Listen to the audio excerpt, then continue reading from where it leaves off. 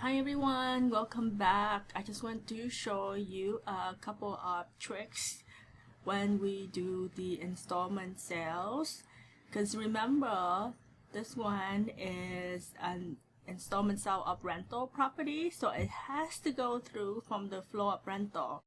So over here I'm showing you that if you miss that screen and the rental property flow that was from the rental property for the Schedule E, if you missed that flow and somehow that you enter the installment sales here, so you would somehow mark the property was sold in the Schedule E, and then you come here and try to enter the installment sale, it's going to ask you to re-enter all the information, and then it's going to give you the option to link it to the Schedule E. See, I'm trying to able to link it.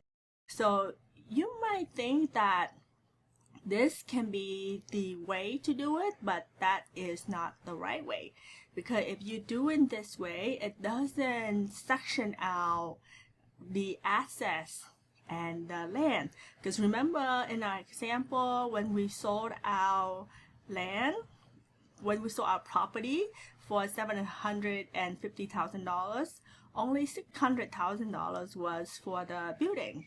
The $150,000 was allocated to the land. So in this option, it does not allow you to enter that information. It gives you the option to enter the amount of money that you received this year, but because that it was not we were not in the correct flow, so it doesn't section out the right recapture. So since we are not in the right recapture, our number is not correct. So doing it this way for the first year through the installment sales is not correct. Yeah, so don't do it from the installment sale. So if you had the same issue, like when you try to enter you go from the rental, the assets, it does not show you that flow, and then you might need to go to delete form.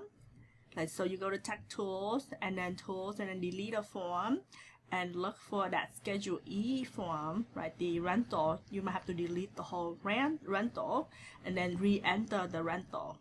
So once you re-enter the rental, you can go to the assets section within that rental section, and then you could go from there, and then it will trigger the installment sales from that page. So that is the only way to do it for year one. So I'm showing you here that even though I'm trying to link it to our rental property, and I'm trying to do it from the installment sales section, the number doesn't work correctly. So please remember that we need to follow our flow. If you don't, it's not going to trigger that installment sales screen as you see in our walkthrough for TurboTax for year one.